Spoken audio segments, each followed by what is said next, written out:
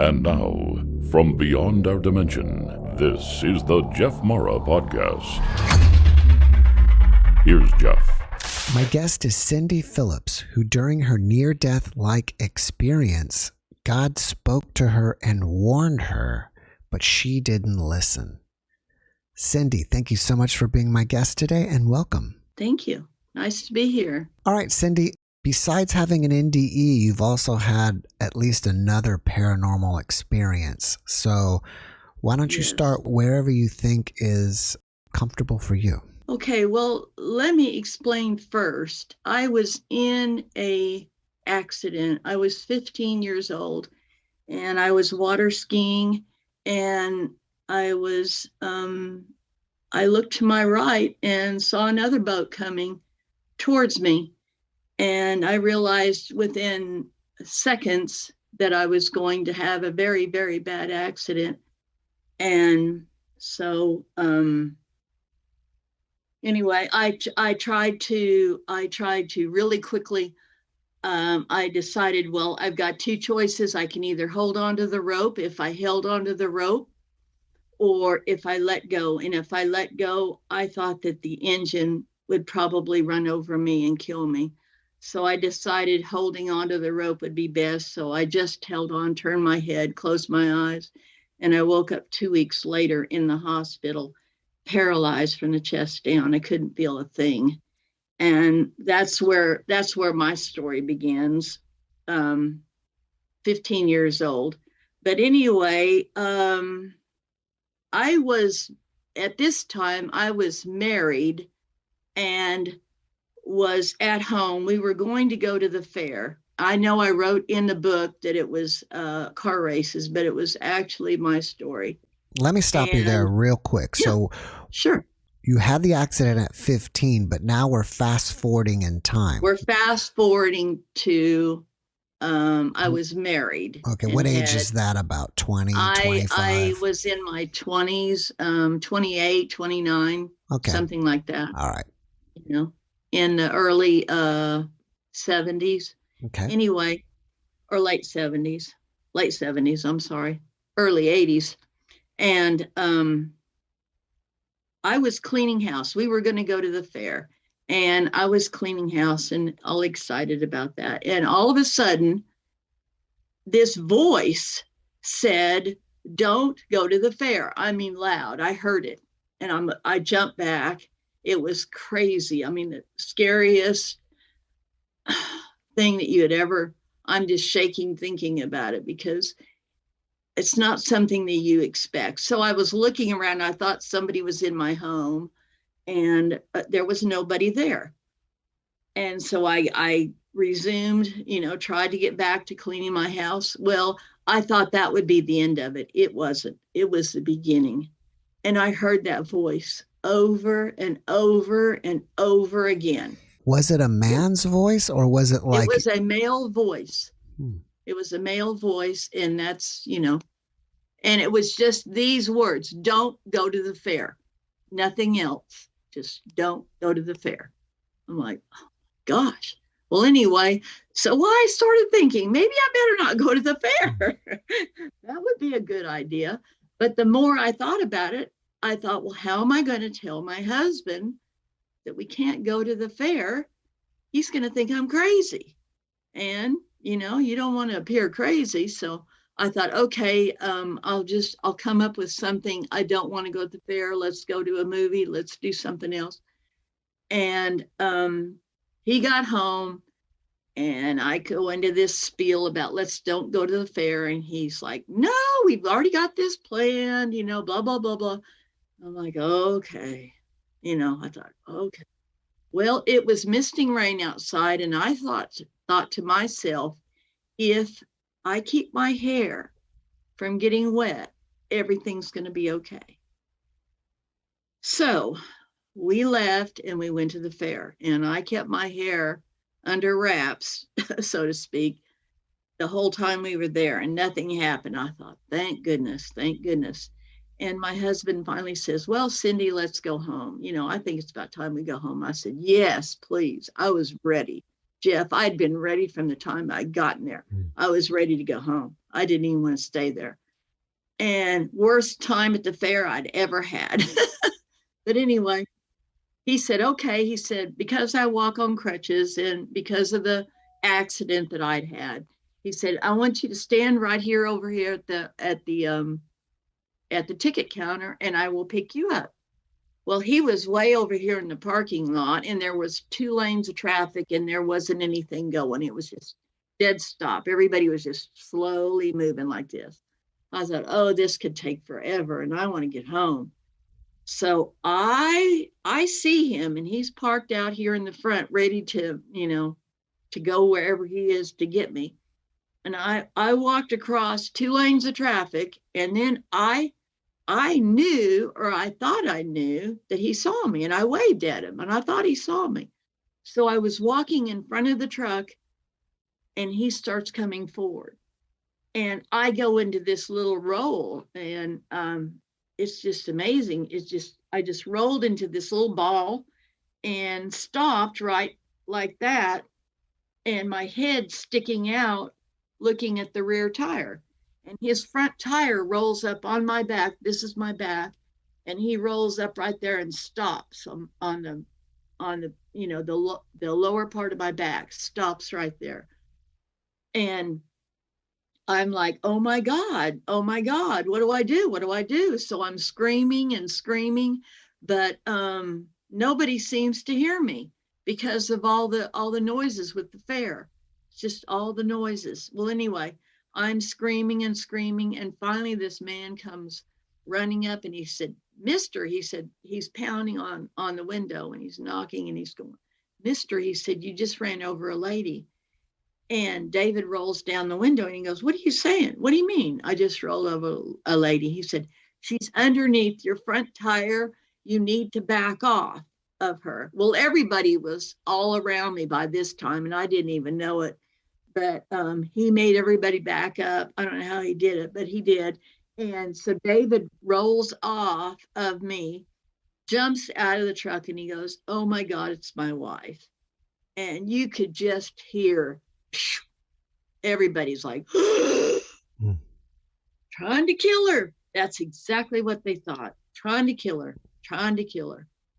Well, anyway, I'm trying to get up and this lady's patting me on the hand. She's like, oh honey, it'll be all right as soon as the ambulance come. I go, ambulance? She goes, oh yes, we called an ambulance. And I'm like, oh my gosh. Well, anyway, I don't know, David's talking to somebody and they're all saying, it's going to be okay, honey. It's going to be okay. Well, the ambulance comes. I get to the hospital. I think I'm kind of skipping over a lot. But anyway, I get to the hospital and the doctor, well, first of all, the police come in and they're about there before anybody. And they've got their little tablet and they're looking at me. Well, they make him go way over to the other side by himself and they have another policeman with him and they're over here with me and they're like, okay, now tell us everything. We want to know all of it, and they got their little pad and paper in hand and I'm like, you want to know the truth? And they go, oh yeah. And I said, it was an accident. I wasn't supposed to be there. I was supposed to be at the ticket counter. And he's just like, ma'am, are you absolutely sure? Are you sure? And I said, yes, sir, I'm sure. I am positive. That's exactly what happened. And he's, he goes, now let me give you my card, in case you decide that this is not the truth, or maybe you just want to, retell it. Go ahead and call me. And he said, I'll be here day or night, I'm like, thank you very much. I just kind of flung the thing because there's no different. I mean, I wasn't supposed to be there. I was not supposed to be there, period. I wasn't even supposed to be at the fair. It wasn't his fault. Anyway, then my dad shows up and of course he's like, what is wrong with you? Why didn't you see her? What's wrong with you? Why didn't you see her? That was his 2 questions. What's wrong with you? Why didn't you see her? And I kept saying, Daddy, it wasn't his fault. It wasn't his fault. It was my fault. But anyway, turned out the doctor kept putting me through tests, and I would pass the test with flying colors. And finally, he turned around to me and he goes, I think I'm going to have to let you go. And I was like, you what? Wait a minute, I've just been run over by a truck. I mean, you can't let me go. And he goes, honestly, he goes, I can't find out what's wrong with you. And about this time, Jeff, there was this nice nurse, and she said, doctor, and she was just very sweet and kind. And she said, doctor, excuse me. She said, I don't mean to interrupt or anything. She said, can I talk to Cindy for a minute? She said, it'll just be a minute. And he goes, oh, thank you. Thank you very much. You could just see the relief go into him. Oh, thank you. Thank you very much. So she came over to me and she just got right in, and she kind of whispered into my ear and she said, Cindy, she said, we're going to have to do it. And I just stopped and I go, oh no. She goes, honey, we're going to have to do it. As long as the doctor doesn't know what's going on, we're going to have to do it. And I said, okay. And she said, it'll be all right. It'll be all right. And just real quick, she picked up my right hip and I just screamed bloody murder. It hurt so bad. Well, the nurses knew about it, but he didn't. And he goes, oh, now I'm seeing. And he goes, thank you very much. Well, anyway, I went through another test. Turned out I almost had a fractured right hip. It was almost pulverized. And and my heart was bruised. I didn't even know you could bruise your heart, but they said it was a muscle. So I'm like, okay, I didn't even know you could bruise a heart. Well, anyway, I ended up being in the hospital for 2 weeks, but before we get to that, I told David that night what had happened. And he goes, why didn't you tell me? He said, you knew I would have believed you. Oh my gosh. I wish I had told him. But anyway, that's already passed. But he left. And that night, before I went to sleep, all of a sudden, I heard that voice again. And I'm gonna read to you because I don't want to mistake it for anything else, because he told me some specific things. And I said, who are you? And he said, I'm God. And I go, oh, Jeff. When he said that, I got so scared because I was in a very bad place in my life. I wasn't even following God. I was raised up in church, and I had been a good Christian until the day my grandmother died. And then when she died, I kind of just went off into a different direction. But anyway, he was very stern, and I knew I couldn't hide. I couldn't. It was it's like an open book. This book, that I've got. It's open. He could read every page. He knew everything I'd done, everything I'd done. I couldn't have hid anything. I was so scared that I was going to die that night that I don't even know how to explain it, but I just thought, I'm not going to make it. He's going to take me tonight. And I knew if I had said the wrong thing or done the wrong thing, that he could have taken me right then and there.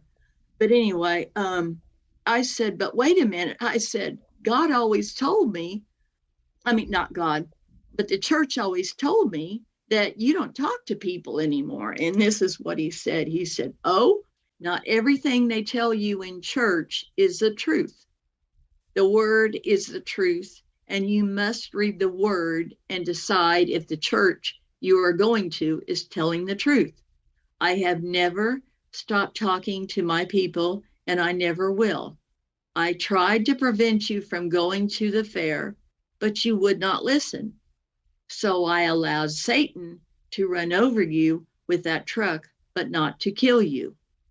David was not responsible for this accident. Satan was. God said, if you don't turn your life around and change, I will allow Satan to kill you next time. Sorry about that. It's okay. But as you can see, that was scary. That was scary. And I never thought that I would ever be in a predicament like that. I never did. But anyway, I did turn my life around, so to speak. And later on, I got back to where I should be. Yeah. After you had your initial boating accident, Yes. did you have any new abilities afterwards that you hadn't had before? Yes. Yes. I started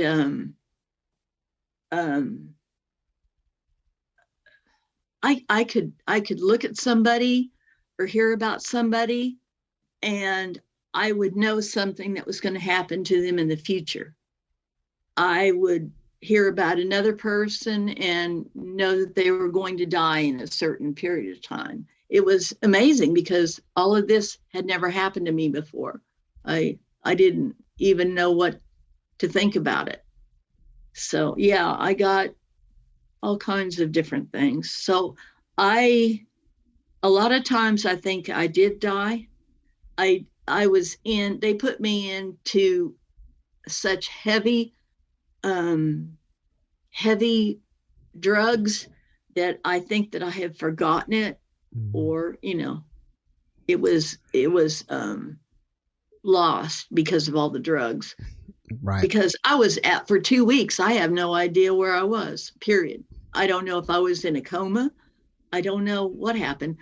But when they found me, I was face down in the water.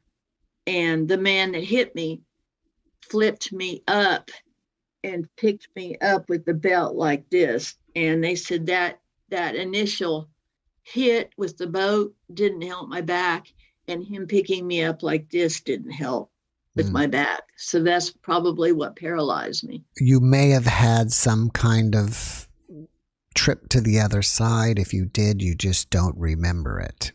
Yeah, and I think God knows me well enough to know that if I had ever gotten over there, I wouldn't have wanted to come back. Mm-hmm. It would have I don't know, would have really upset me really bad to have to come back. And maybe I would have been in depression and all that. And, there's could have been a lot of stuff happen.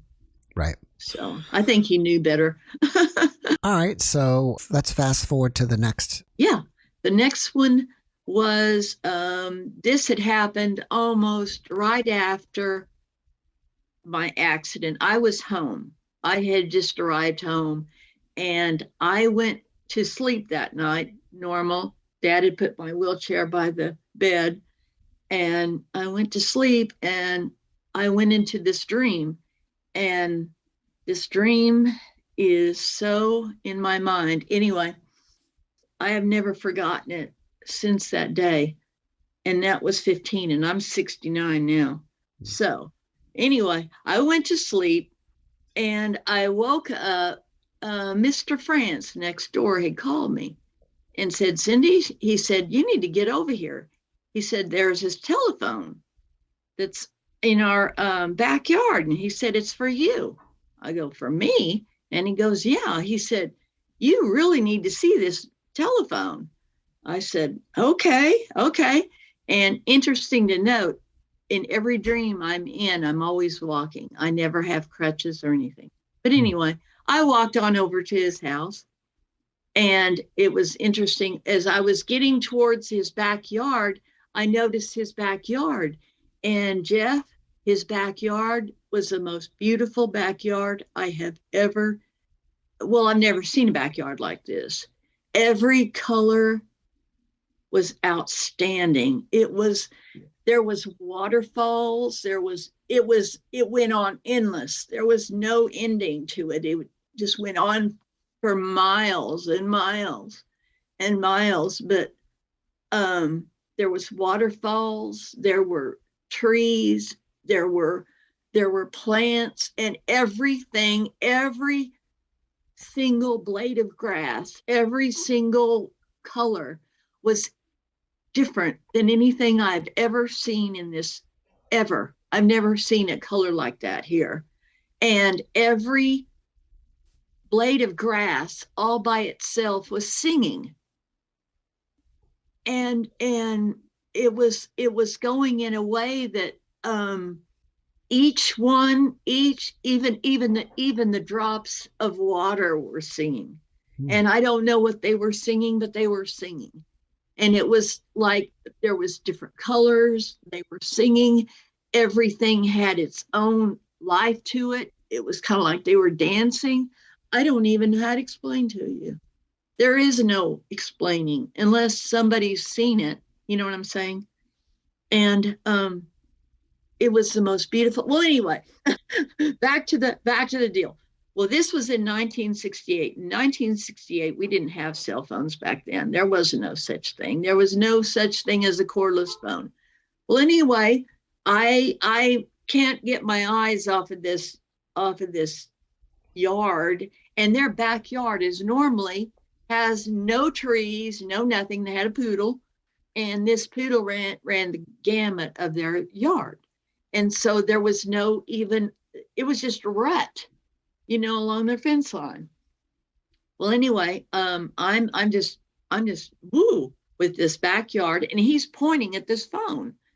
And I'm like, okay. And I look down at the phone, and there's this handset, and there's the regular phone part, and no cord. And I'm like, okay, great. So I pick up this phone, and I'm still looking at the yard, going, wow. And I go, hello, like this, and not expecting anybody to answer because I thought it was all a joke. And there was a lady on the phone, and she goes, Cindy? And I go, yeah. And she said, I've got a telephone call for you. Just a moment, please. And all of a sudden, this woman answered, and she goes, Cindy, it's Mom. And I go, yeah, right. Well, I just got to tell you what happened there. Mom had died when I was 8, but Mom was very, very angry. She had some issues going on, a lot of issues. And so I was mad. I was very angry with my mom. Didn't want to talk about her, didn't want anything. Well, anyway, I go, oh yeah, right, lady. Who the heck are you? I said, my mom is dead. She said, yeah, I know. I go, okay. I was really cocky, kind of cocky. And I go, yeah, okay. And she goes, well, ask me 3 questions only your mom would know. So I asked her, I said, okay, what's my dad's full name? And she told me, and I said, what's my full name? And she told me, and I said, okay, fine, lady. And I said, you got those 2 right. I said, but I want my mom's full name, but I want her maiden name also. She goes, okay.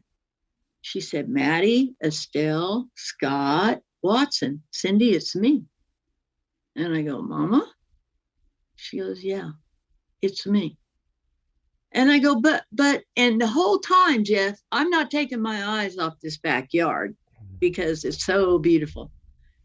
And I am, every time I look, I'm seeing something different. And anyway, she said, yeah. And I said, Mom, I said, how in the world? I said, what in the world? And she said, well, I called you for 2 reasons. She said, there's 2 things I need to talk to you about. She said, number 1, she said, is your anger with me. She said, you can't continue to be angry with me and enter into heaven where I'm at. She said, I want you here when your life is done. And I said, I said, oh, okay. I said, is that what this is out here? And she said, what? And I said, this backyard. She said, what do you think it is? And I said, is it heaven? She said, no, Cindy. She said, it's not heaven. She said, it's paradise.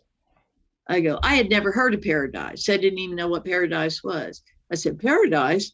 She said, yeah. She said, that's your entrance into heaven. She said, nobody goes or comes back right into heaven. They always go through paradise. And I said, oh, okay. Well, that's interesting to know. Well, anyway, I said, but Mom, I said, why were you always, we went into this talk about what happened and why she was so angry and all that. She told me that she was sorry and that, and she always called him the Heavenly Father. That's always what she said. The Heavenly Father has allowed me to talk to you. And the Heavenly Father has told me that there's only so much time, anyway. And then as I was wanting to ask her a couple more questions, she said, well, wait a minute. She said, I have another thing to talk to you about, and it's your dad. I said, Dad? And she said, yeah. She said, your dad is planning on doing something. And she said, you have to stop him. And I go, but, I go, but what is that? And she said, you tell me. She wouldn't speak bad things. And I didn't understand that why, but anyway, I said, okay. And I said, suicide? And she said, that's right. You've got to stop him. And I said, oh no, Mom, he'd never do anything like that. She said, yes, he would. She said, yes, he would. She said, you need to talk to him and you need to get this fixed. She said, I want you to do something for me. She said, go look in the hall closet. And there's a book in there. And she said, you're going to see how much I love you in that book. And it was my baby book. And I go, oh, okay. But I said, I want to talk to you about some other stuff, And she said, no, I don't have enough time. She said, the Heavenly Father has told me I'm done with my time. She said, but I will see you soon. And she said, just remember what I said. She said, I love you very much. And I go, wait. And all of a sudden I took my eyes off of that lawn and onto the phone, where it was at. And the phone disappeared out of my hand and off the table. And Jeff, I thought my life was over with. I mean, I was so, I was so depressed when that and heaven or paradise or whatever this was gone. And I thought, oh, please come back, please. And I waited there a few minutes and it never did come back. And I thought, okay, I don't think it's going to come back. And so I walked on home. I don't remember seeing anybody or opening doors or anything. And I didn't want to talk to anybody. But anyway, as soon as I got home, the minute my foot hit the doorstep, that step to go into my house, I woke up. And I'm like, oh no, I remember everything. And so I'm yelling for Dad, no answer. So I get in my wheelchair, I stumble around, get in my wheelchair, and I'm screaming through the house, Daddy, no answer. And I thought, wait a minute, he's always outside smoking. So I went outside. I went to the door and I'm like yelling for Dad, and he's out there smoking a cigarette. So I get out there and I said, Dad, I've got to talk to you. And he goes, oh, and so I told him all about the dream. And it's dark, but I'm seeing him with this cigarette, and he's crying. And finally I say, by the way, I said, Dad, you're not gonna believe what she told me about you. And he goes, oh, what, honey? What'd she tell you? And I told him, and he goes, oh my gosh. He said, he just shook his head. And I said, you're kidding me. I said, you really were planning on doing that? He said, yeah. He said, I thought you'd be better off without me. And I said, what? I got so angry, so upset. I said, Daddy, no, you're the only thing I've got. You're it. So he said, he said, I won't do it now. He said, you must talk to your mom. You must talk to your mom. I said, well, I did, Dad, because I was mad at her. Anyway, but that's what happened to me. Two different things. Well, that was an amazing dream, and thank you for sharing that with us. But that to me it's still here. I mean, I can't even remember what I ate for dinner last night, much less, but I can still remember that dream. I mean, it is so real. It has not faded at all. No, it has not. That's why I don't think it was a dream. I think it was real. I think my mother called me, and my dad verified it, because I go and talk to him, and sure enough, I had no idea he was going to kill himself. Right. He thought I'd be better off since I'd had my accident, that, if he were dead, I don't understand where that came from, but, And sure enough, in that baby book was all the stuff she was talking about, how much she loved me. Were you even aware of the baby book before she mentioned it? No, I wasn't. I didn't even know it was up there. Did you feel like the dream was just as real as you and me talking right now? Oh, yes. Yes. Yes. And the strange thing is she knew I was angry. How would she know I was angry? And how would she know about Dad? I mean, I didn't know about Dad. I didn't know about, I didn't know about paradise. So it was like, wow, this is all so real now. I've had, I believe, at least one near-death experiencer, probably more than one, that they see every blade of grass. Yeah. And they describe paradise like that before. People say that the grass and trees were alive, maybe talking, maybe singing. Yeah, like they were singing. It was so strange, singing. And I think they were singing. This is what I think. I'm not real sure about it, but I think they were singing praises to God, because they were all so happy, and they were moving in a like, kind of like this. It was really strange. It was a dance. Go ahead. After any of these experiences, did you change the course of your life? And if so, how? Yes. Unfortunately, I didn't change really fast on this, the first one I told you about. I wish I had. It took me a while. I kept looking for a book. I don't know why I was looking for books, but I finally found a book. But anyway, then I realized what I needed to do. It's kind of like the information is kept from you, and you have to kind of figure it out. Does that make sense? Mm-hmm. You have to kind of figure it out. So I was looking for a book, and when I found the book, I realized, I think I need to get back into church, and I need to, yes, it did straighten me out. It really did, because I thought, I don't want to die. I don't want to die by Satan's hand. I sure don't. That was crazy. Could you say it was like hinting or somebody giving you clues, but it was kind of hard to believe in them? Like when God spoke to me, I believed every word he said. I knew that he knew all about me. And I knew that if I didn't change, things would be different. And I don't know why. I don't know if we're stubborn, or if I'm stubborn. I don't know. I guess I have a stubborn streak. Who knows? I don't want to have one. You mentioned that you were an angry person.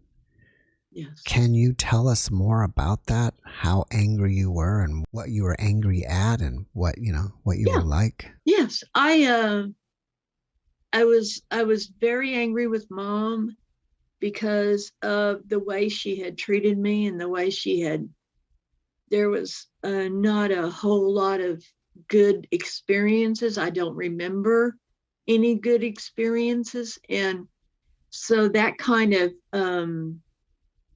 I feel like where you kind of feel like, okay, I didn't have these good experiences, so maybe I'm missing things in my life where I should have had a mom that loved me. I should have had those good things that happened.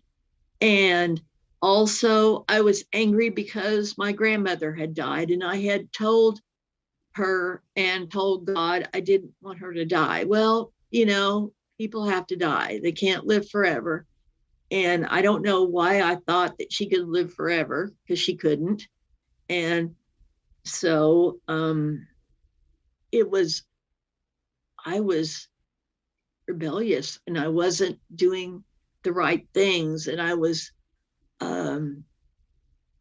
doing all the wrong things. I would say I was headed in the wrong direction. I wasn't telling the truth. I was lying. I was cheating. I was, you name it. Every wrong thing you can think of, I was doing. It's sad. But I did change. Yeah, sounds like to me you turned your life around. Yeah. And if I had to have that experience in order to turn around, I'm glad I did, because I have kids, I have a family. I don't, I'm sure that my life would have been cut short because of it, if I kept going in the wrong directions that I was headed. I wouldn't particularly say I was a really bad person, but I wasn't going in the right direction. Do you fear death at all? No, not now. Before, I think I was wanting death in a way, because you're doing things that are compromising to yourself. And I think I was wanting death, but that would have been bad. That would have been real bad. Had I had died then, would have been bad. So no, I'm not afraid of death now. I want to do what I was meant to do, and I don't know what that is. Everybody thinks and I know that I'm supposed to write these books, and I'm on my second one now. So when I get that one done, who knows? All right, your first book is called God's Amazing Hands, and I guess it's basically about these two experiences, but it goes into more detail, right? There's a lot of miracles in this book, mine and other people's. There's several near-death experiences in both of them. I mean, in this one and in my other one. Mm-hmm. So, yeah. You can find your book on Amazon? Yes, and on my website. Okay, what's your website? CindyPhillipsBooks.com. Okay. Since the time that your mother had died, would you say that you had forgotten what the sound of her voice was like? So when you heard her, you didn't even recognize her? Yeah, right. Yeah, because I was only 8 when she died. And this was how many years? I was 15. 15. When you had the dream? Mm-hmm. Can you share with us one of the miracles from your book? Yes. There's another one where our dog T-Bone had gotten a hold of strychnine poisoning. Got a hold of strychnine. He ate it, and I saw him out on the lawn, and he was eating. He was foaming at the mouth, and I ran out there. I always call it running. Anyway, I ran out there, and my husband ran out at the same time. And as we met, I said, "Oh my gosh, what's wrong with T-Bone?" And he said, "Cindy, he got a hold of strychnine. I put it out behind the barn. I didn't think you could get a hold of it." I'm like, "Oh my gosh." Well, anyway, I can make it real quick, but anyway, he left, and I just continually prayed over T-Bone. I put him on my lap.